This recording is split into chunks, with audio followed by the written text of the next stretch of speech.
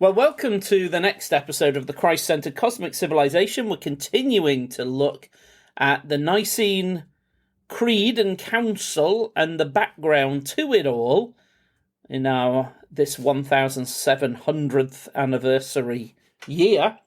And what I want to do in this episode is look at Constantine a little bit. The Blessed Constantine, equal to the apostles. What are his other titles, PJ, I know you have like a full side of A4 with all his titles. What are some of them? Yeah, I literally do have that A4. I'll put it on the website at some point. But there's Born for the Good of the Republic, which a lot of people find ironic, given that he turns it into a monarchy. But that's really what is best for a republic. So there's no irony in that whatsoever. That he's a new Moses, he's the final pharaoh, he's the, angelic visionary, a friend of Michael. He often saw Michael. All right, there you go. He has a lot of titles, Constantine, and we're going to look at Eusebius in a future episode, and he thinks that Melchizedek in the Bible is a type of Constantine, and we can think about that. But so Constantine, we're massive fans of Constantine, as you can imagine, because of how joyfully we embrace these titles that Constantine has. But he has an extremely important role with the Council of Nicaea, and it couldn't happen without him, really, in the way that it does as a global event, and his ability to call together the global church and enable them to travel, and they get safe passage and all this that Constantine enables to happen, where he brings this event. But why does he do it?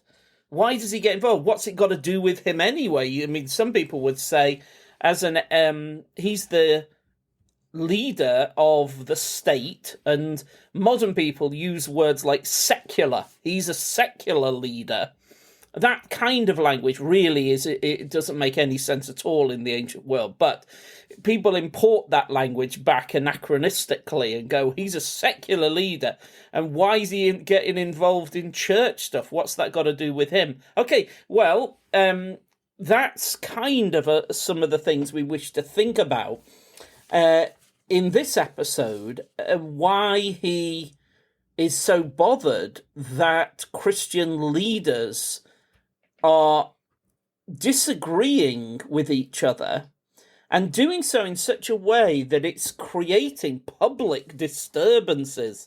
And his initial concern is you'll see what we're going to do is read a letter he writes to Alexander and Arius, and then we're going to have PJ explain to us who is Alexander and who is Arius. But Constantine's very alarmed that they are arguing publicly, and it's creating public disorder, and he can't understand how Christians can be like this, disagreeing with each other publicly and creating public disorder over stuff, which you'll see Constantine initially feels that it's like, what's this about? What are you even arguing about? It feels as if, and we'll read this whole thing out, but Constantine is feeling you're kind of asking very abstract questions, and doing that and asking abstract questions that are not asked or answered in the Bible. This is the kind of Constantine's initial feeling. He's like, what are you doing? Asking and trying to answer questions that are very abstract and very weird. And this is creating trouble. You need to, what's going on? So this is Constantine's initial reaction. And I'll read this, like the Global Church History Project via PJ has provided a kind of modern language edition of this famous letter that Constantine addresses to Alexander and Arius. I'm going to read it, the whole thing, and it's worth it. And just like, if you're listening, you've never heard the letter before, just try and get into it as I'm reading it, to get a real sense of the mood at the time, particularly from Constantine's view, that he's he's a sacral monarch, he's the representing the divine emperor on earth, and he's got concerns about church, and this is how he addresses it. So here we go. From Victor Constantine, the most august, to Alexander and Arius. With God as my witness, I took on my duties as emperor for two main reasons. First, I wanted everyone across every nation to basically agree on what they believed about God. Second, the world felt like it was sick. Keeping these two goals in mind, I decided to achieve the first through careful thought, and my army would handle the second problem. My thinking was that if everyone who serves God could agree, everything would improve as they conform to their holy desires. Now, I saw that all of Africa was consumed by foolishness because they were carelessly splitting the religion into different groups. I wanted that to stop. So I thought the best way was to send you to help everyone else after I defeated the unbelieving emperor, because God's truth and worship started in the East, and you brought that light to the world. It made sense to me that you'd be the first to help spread that good news to everyone else. That's why I was so keen to get your help. As soon as I defeated my enemies, I wanted to know more about these things, which I consider to be most important. But how sad I was when I heard you were fighting amongst yourselves. Even worse than what was happening back in Africa. I was counting on you to help fix other people's problems, but it sounds like you need even more help yourselves. But after looking into why you're arguing, honestly, it seems like the reason behind it is truly insignificant. So, as God's appointed minister of peace, I've prayed to God to help me intervene. I felt I had to write this letter to ask you to remain in unity with good reason. If you could unite, even if the problem's a big deal, it'd be easier to fix this little squabble. From what I can tell, it started when you, Alexander, asked the other church leaders what they thought about some part of the religious rules, or I don't know, maybe it was that unhelpful question.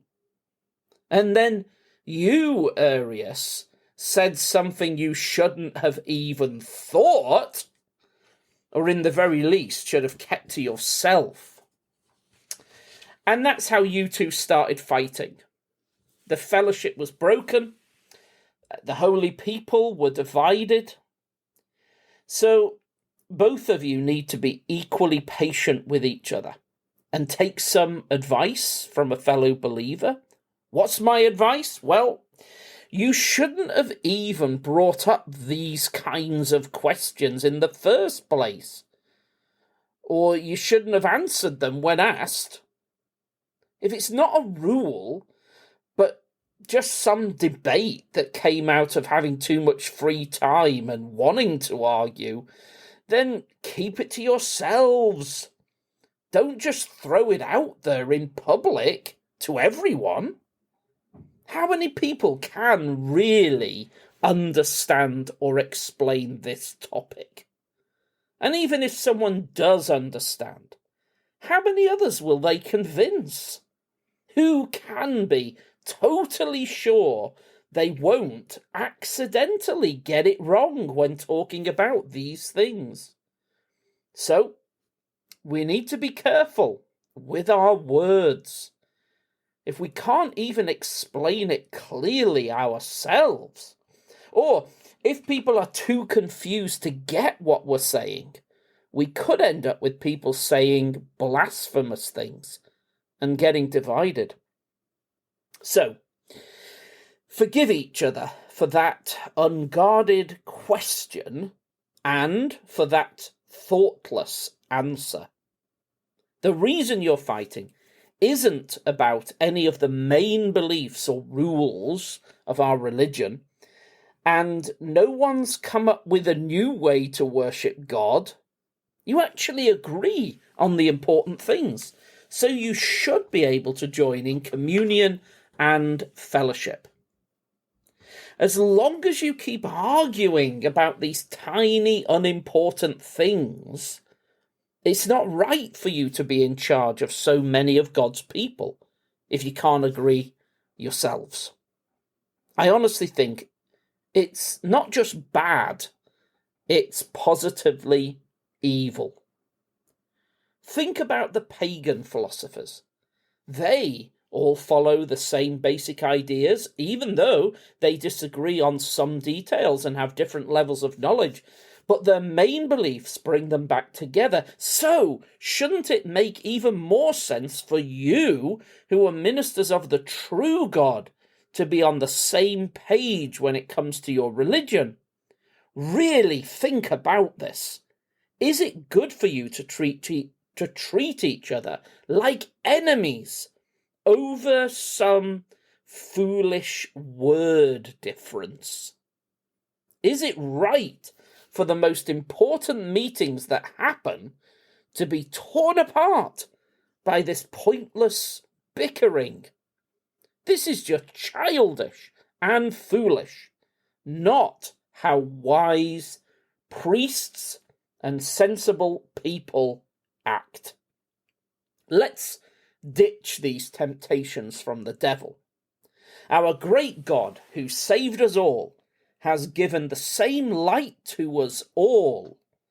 Let me, his servant, help finish what I started, so I can use my encouragement and hard work to bring his people back together. Because, as I said, you basically believe the same things about our religion, and the whole point of our faith is the spirit of peace. So, don't let this little disagreement cause a schism. And I say this without trying to make you agree on every single detail of this truly idle question in any way. You can still meet as a church with full dignity and stay united as a group, even if you disagree on minor things. We don't all agree on everything, and that's perfectly acceptable. But when it comes to God, let's have one faith and one understanding. As for those complicated arguments that don't really matter, keep those to yourselves. Now, let's focus on loving each other, believing in the truth, honouring God and his rules. Be friends again. Show love. Respect each other. Let everyone get back to how things were. Sometimes, when you reconcile, your friendship becomes even stronger than it was before. So please, give me back my quiet days and untroubled nights, so I can enjoy my life in the joy that comes from the undimmable light. Otherwise, I'll mourn constantly and won't have any peace. How can I possibly maintain a peaceful mind when God's people, who I'm here to serve, are fighting over nothing? I'll even show you how upset I was. I was in Nicaea and planning to head straight east to see you. I'd already travelled most of the way when I heard about this, and it made me change my plans because I didn't even want to see it with my own eyes. So, please, by agreeing with each other, open up that road to the east again that your fighting has closed off. Let me see you and everyone else happy together, praising and thanking God for bringing peace and freedom to all of us. There it is. That's Constantine's letter. I mean, it's quite powerful, and he cares so much about the nation, other nations, the whole world. He wants the whole world to become Christians, and he fears fighting over abstract questions, nothing questions, is going to spoil evangelism. How are we going to win the whole world if we can't agree and love one another? That's the burden of his letter, as you can see. Now, he says that there's a question that was asked that shouldn't have been asked, and Arius has given a thoughtless, foolish answer to it. So, Alexander, who's he? Arius, who's he? Why is Constantine writing to them? What does Constantine think's going on? How's all this begun? Let's get PJ now to take over. He provided that translation of the letter anyway, so he's the expert. Let's see if he can help us figure out more about the history behind this letter. Who are the people involved? What's going on? So Alexander is the Coptic Pope, who's the leader of the African church, kind of as we read. So he's Alexander of Alexandria. Yeah. Yes, all right. And, well, that's actually somewhat important because that's a very Greek name, and Alexandria is considered at that time to be a bit of Greece, not a bit of Africa. It's like a bit of Greece that's like fallen off and gotten attached to Africa. So they often say you leave Egypt to go to Alexandria. At this time, later it becomes a very Egyptian place, but at this time there's a bit of division. So there's something going on outside of just doctrine, where you've got Arius, which is a very Berber name, and Alexander, which is a very Greek colonial sort of name going on. So when you get lots of native Egyptians and Berbers and other Africans rallying around Arius at first, before it's totally made apparent what Arius really believes, there's something a bit more going on. And so Constantine has seen something which some of the people who are so caught up with abstractions have kind of missed. So so what's happening is Constantine sees his superficial assessment. He says, this has got a lot to do with people rallying around Arius because for kind of nationalist reasons, really. And then there's Alexander in Alexandria, who's like perceived as he's part of this colonial Greek invader people. And he can see that that's actually a lot of the heat behind it. Right, that's fascinating. Yeah, so his exhortations towards like finding our identity in Jesus and in the church is really a key solution that might have avoided this to begin with. So he's kind of actually figured a lot out about people, which is kind of his job, and about unity, which the Apostle Paul says is his job, and he's really trying to figure that out. But he is missing some of the abstraction things, but that's not entirely his fault, because you can read confessions from Arius and some of his defenders. So at this time, we love St. Eusebius. He includes one of these early confessions to defend Arius at this time, because he's saying, look, this is all he's saying. So initially, Arius says Jesus is made, but he's not a creature. He isn't mutable or changeable like creatures are. He has a divine nature like the fathers, and he's generated, born, but he's born before all ages, outside of time. And he's like the Father, but he's not like any creature. So he says all these things, which, I've almost said it in a more Arian way that he said it. He says it very close to what seemed to be. And remember, this is before the Nicene Creed is written. So our kind of idea, when we say begotten, not made, all of it, we're used to these phrases, is not common at that time. Yeah, and if you just like, for God so loved the world that he gave his only begotten son. So Arius is saying, he's this begotten, that the Father begot this son, and who is this truly divine son, and he is God, truly, and before the world was created, he's not a creature, he's begotten of the Father. So Arius would be able to say all that kind of thing, and did say that sort of thing. And it's only later that, under pressure and examination, that exactly what Arius is saying comes out.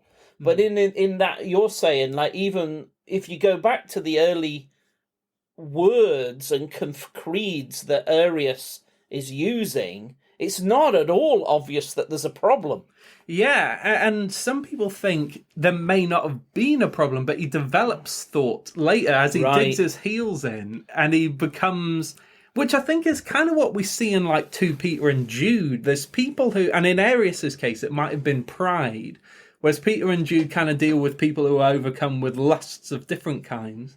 Like filling their bellies and that sort of thing. But for Arius, he was very ascetic and everything. He loved praise. So one thing that's quite noteworthy, loads of virgins joined him quite early on. And these were people, virgins and very females. Ascetic. And male and female. Male and female. Yeah, so he gets like all these young people who were very intense about about stuff. And he was very very sort of devout in his in rules for life. And so he gets those people who are like very detached from the world, and so there's good and bad people like that, because there's some people who do it entirely because Paul talks about these people who hate marriage, and there's people who just realize God's not calling me to marriage and they need to focus in on the church, who are good. And then they can look exactly the same from an outsider sort of perspective. But Arius is very arrogant. And if you read anything he's written, you can tell that. So he's not ascetic for the good reasons that Paul tells people to be this way. So he might gather, but he could gather either kind of person, because there might be people thinking like, oh, he's ascetic like this because he's super intense about the Christian faith, and I am too. So good people might have been caught up as well. But it's very noteworthy that these like hermits and monks and virgins, and like the consecrated virgin was its own. We thought about consecrated widows with Monica. That so was its own it's category. like you were saying, like the Berbers and a lot of these North African Christians who are very intense. And Arius is sort of, in a way, representing them in intensity and things. But the flaws in his character are not obvious to begin with. So to begin with, he looks like he's almost like a hero of the people, sort of articulating their faith. And then it looks like he's getting picked on by outsiders who are like trying to put down these Africans. Yeah, exactly. And it is basically framed this way. So at the time, and we'll think about it more, but it's just worth noticing, even Alexander seems to have noticed this, because he's picked as his favourite to succeed him, because he's getting old and he knows he'll have to be succeeded. He's picked Athanasius, who's a Copt who looks very Coptic, and he spoke Coptic naturally. He learned Greek later in life, and very well. So loads of people think Greek was his first language if they just read his Greek, but we know it's Coptic, having read his Coptic stuff. So Alexander picks a super African Egyptian person to go, because Alexander's thinking, look, I'm not helping here because I'm perceived as being a bullying outsider, a bullying European. Right, I've got to step back a little bit and let me leave this in the hands of a super Egyptian guy. So that way it takes that kind of fleshly element out of this theological situation. Brilliant by Alexander then, wasn't it? Yeah, and very humble, because we can allow people attacking our nationality and our race and things very personally. And of course, it's stuff in the Bible. The Bible's not keen on people attacking people on these characteristics, but there is also, just in Alexander, incredible wisdom and humility, where he's like, I've got to leave that aside. It is personally insulting that they're saying this stuff about me, because he is the Coptic Pope. So And he's a huge, and he does everything to help all these Christians all throughout his diocese. He's not at all caught up with Greek colonialism, and in fact, in some ways, Arius is much more Greek than Alexander is. Deep down, but Arius knows how to put on the aesthetic of it, and so Alexander just So he doesn't step down or anything. He doesn't do anything too cringe, but he does do that with Athanasius. He does recognize where they're coming from and how to deal with it. And obviously, he also chose Athanasius. Like, Athanasius is also just absolutely brilliant, like a very intelligent person. So it's not entirely, we shouldn't. We'll come back to Athanasius in his own episode, because he literally shocks me how brilliant he is at times. Yeah. But it's a good political move. So Constantine can see this isn't just pure theology going on here. There's kind of very fleshly elements to what's happening, and people are getting drawn into friction and being pulled apart into divided parties, and not in a way that, like, right underneath a lot of this, he can see this has got nothing to do with the Christian faith and is in fact undermining it, and he's feeling you need to sort this out in a Christian way. So Constantine, sometimes people say, oh, he's an idiot, he doesn't understand at all, but we're saying no, he does understand that there's a whole dimension of this. A lot of this is fueled by things that are nothing to do with the doctrine of the Trinity, really, and a lot more to do with very, like, fleshly pride in ethnicity and nationalism and fleshly identities. And that needed, and Constantine's right, it needed that kind of wisdom that Alexander then does show. So the letter maybe had a good effect. But then there is also this sort of idea that Alexander's kind of seeing some of the stuff develop. Yes, so then he's closer to... So this letter is closer to the time than a lot of stuff. So a lot of people backtrack a lot of stuff that happens later, a lot of what's said later, onto Arius right at the beginning, which may not be true. But Alexander does, quite soon after this, do this letter to everyone in Africa, basically, to basically just say, this is actually what he's saying behind the scenes.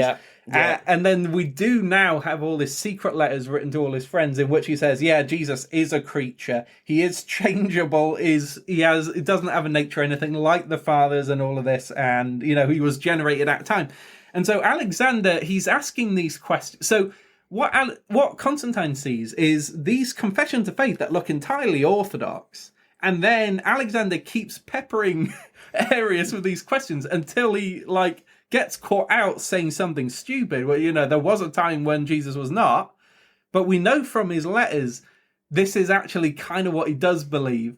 Or maybe, so these are the questions people genuinely think either way. Does he develop this idea? Does he always believe it? Does Alexander back him into a corner and then he has to believe it? But it sounds to me, though, that Alexander, the Coptic Pope, is a wise owl. And that, one, he can see the value of bringing Athanasius in to take some of the fleshly stuff out of it. But it seems to me he just smells that there's something wrong here, that this Arius guy is not legit. And you can tell that often with false teachers I've found in my life, that a person, they can sound legit, but then there's something not quite right with you can call it the grammar of their theology. Like if a person, when they get their grammar wrong in language, you think, oh, that's not how you're supposed to say it. The grammar's wrong in ordinary speech. And we'll say, oh, no, you don't say it like that. You're supposed to say it like that. And that's the same that happens in theology, because a person doesn't understand. Because I find that, people who really are Christian and really, love and worship Jesus, they may say something in the wrong way and use the wrong words, but you can tell what they're trying to say the right thing. But if a person's a false teacher and there's something not right, there's something rotten, even if they use the right words sometimes, the feel's wrong, the grammar's wrong, there's something there that you go, what, hang on, this doesn't smell right. So it's a bit like Alexander can see, this guy is saying, and in fact you're saying that, in fact, Alexander perhaps has correspondence. He actually knows Arius is saying dodgy things privately, or writing letters that are dodgy. So it's not. So Alexander can see all this. So he's like trying to bring that into the open, not because he's trying to create division, which Constantine feels. Oh, why are you even pushing all these questions? It's bringing division. But Alexander's thinking, no, I gotta, because you don't understand. There's some rottenness hidden here. Yeah, definitely. It does seem like that is this early tension between Constantine and Alexander and Eusebius, who again, we love Eusebius. And so a key thing, so one of the reasons we had the last episode where we thought about modalism and some of the stuff going on there is Arius begins his, when Alexander first noticed it, Alexander's just preaching about the Holy Trinity, and then he drops that phrase that they are of one nature. And then homoousion. Yeah. And then Arius is like, whoa, we literally like just denounced that as total heresy. And then we don't know the exact exchange. We know from Constantine some unprofitable question Alexander asks at some point. We don't know exactly what it is, but it prompts Arius to say, well, it makes sense, doesn't it? Because like if he's begotten, then he is really a son, and then if he's son, he's got to be generated. So there was a time when he was not. He says something along those lines, and then everyone's like quite shocked that he's out. Then it's out in the open, and that's so. The question then could become was there a time when Jesus did not exist? That however that may be the question, isn't it, of this issue that. In a way, because whether it was the part of the initial questions of Alexander, but it certainly ends up being the question, doesn't it? Yeah. But then you can also see Constantine's perspective, where like he's meant to be leading this Bible study that's very open, everyone's welcome, and then he just starts asking this one guy, and then we thought about the other, a Greek colonist, and Alexandria is literally called a colony. Peppering this native Berber with all these questions. It does look bad, doesn't it? He's like, stop bullying him! Leave him alone! And Alexander's like, no, you don't understand. This guy is like, and he's like, just keeps asking him the same sort of questions over and over again. And Constantine's, leave him alone!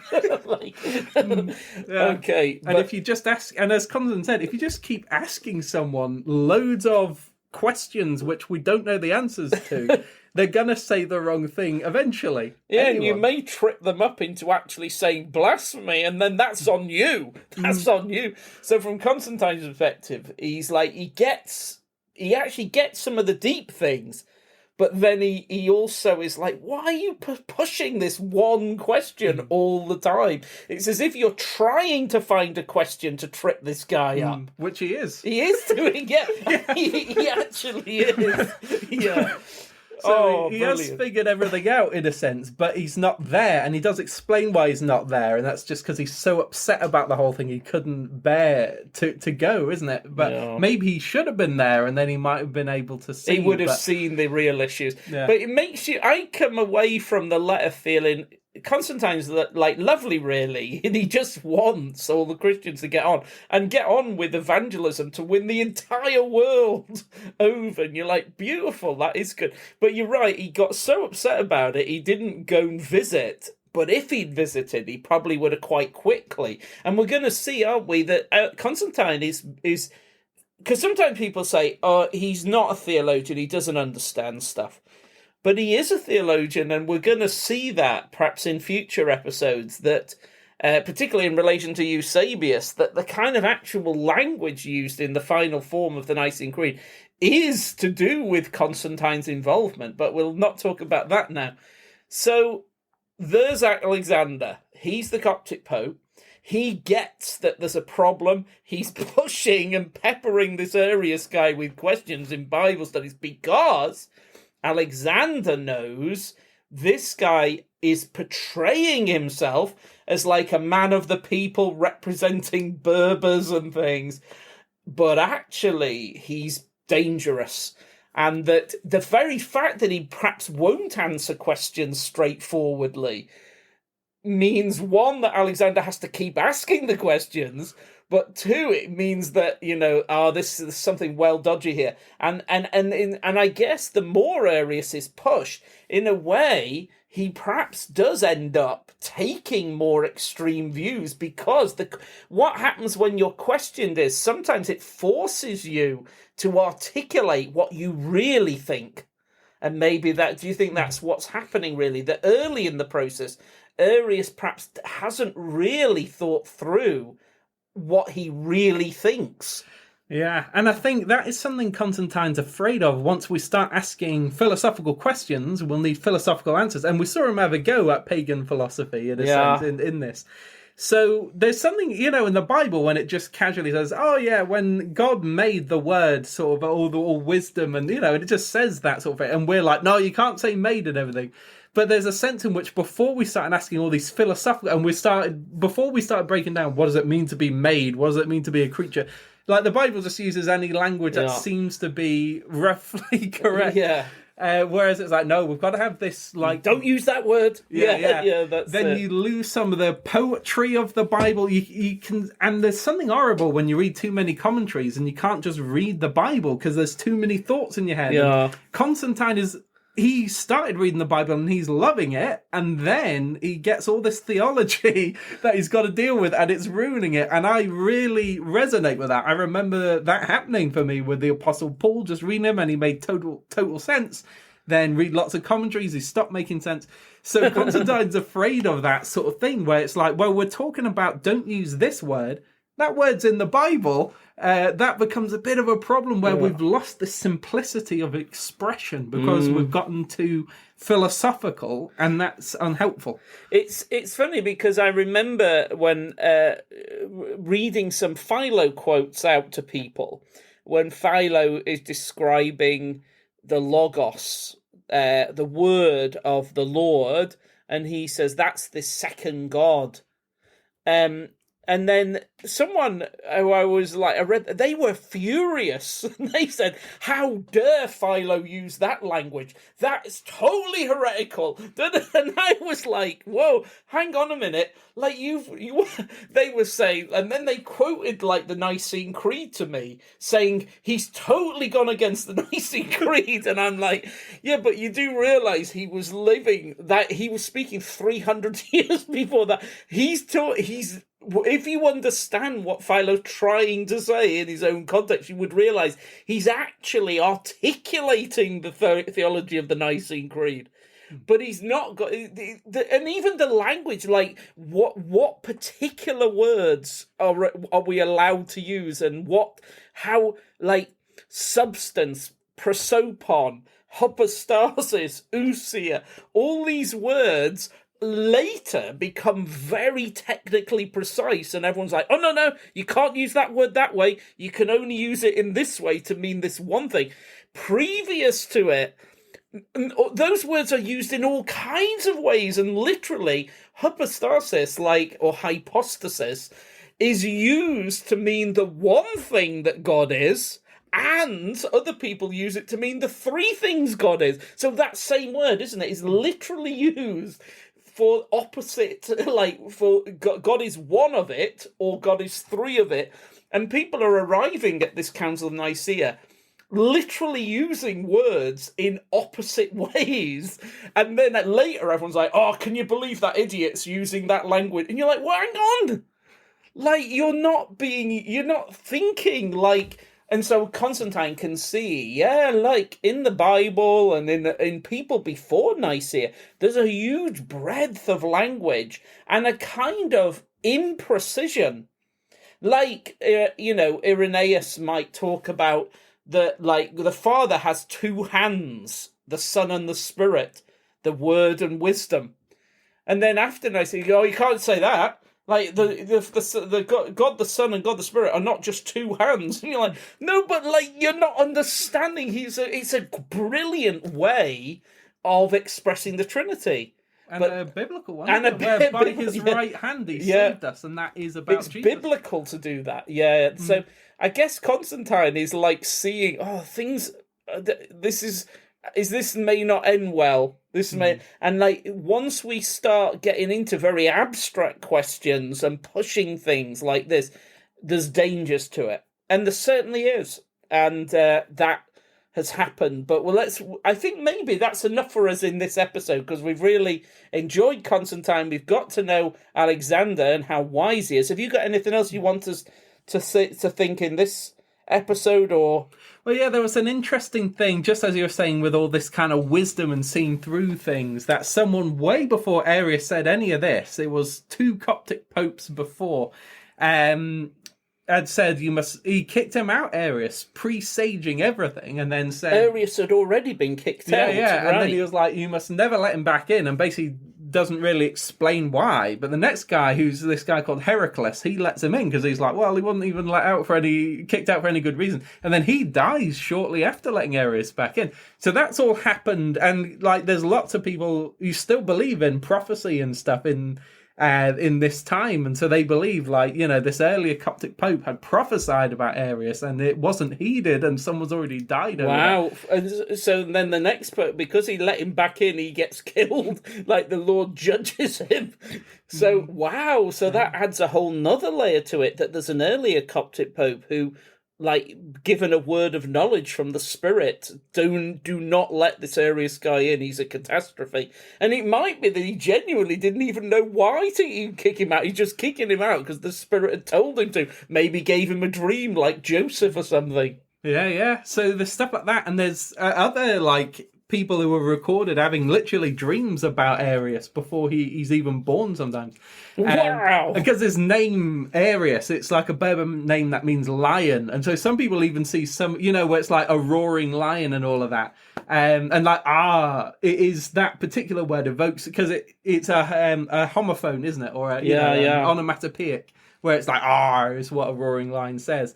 So Arius, he's got this name. When you read these things about watching out for a roaring lion in the Bible, loads of people at the time thought, is that literally a prophecy of about Arius? Yeah. Wow, he is the Arius. Yeah, that's it. Wow, I mean, and because it's like as if as we will see as we carry on exploring the Nicene Creed, it is. Like Constantine saying, this isn't an important issue because that's his initial perception of it. But what we're going to see is it is actually the most important issue. Nothing, like John says in 1 John, like this attack on the deity of Jesus is the mark of Antichrist. So that this sense that there's kind of like the Holy Spirit had been warning people about Arius, maybe even before Arius was born. But certainly this earlier Coptic Pope had just been like, we got to get shut of this guy, and I don't even know why. It tells you, actually, even though Constantine initially can't see why Alexander's so upset about this, he later does. Constantine later gets to understand the importance of it and contributes to the solution. But it is important for us to... Why we want to say is, although this is the initial reactions to what's going on, it is actually so important an issue, who is Jesus?